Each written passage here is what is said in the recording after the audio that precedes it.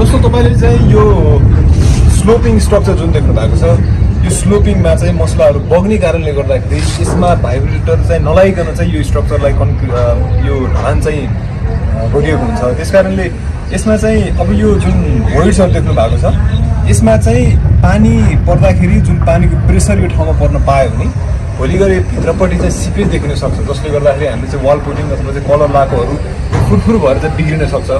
त्यस कारणले हामी के भन्छौँ भन्दाखेरि यस्तो स्लोपिङ स्ट्रक्चरमा चाहिँ तपाईँले कम्पलसरी वाटर प्रुफिङको काम गर्नु होला।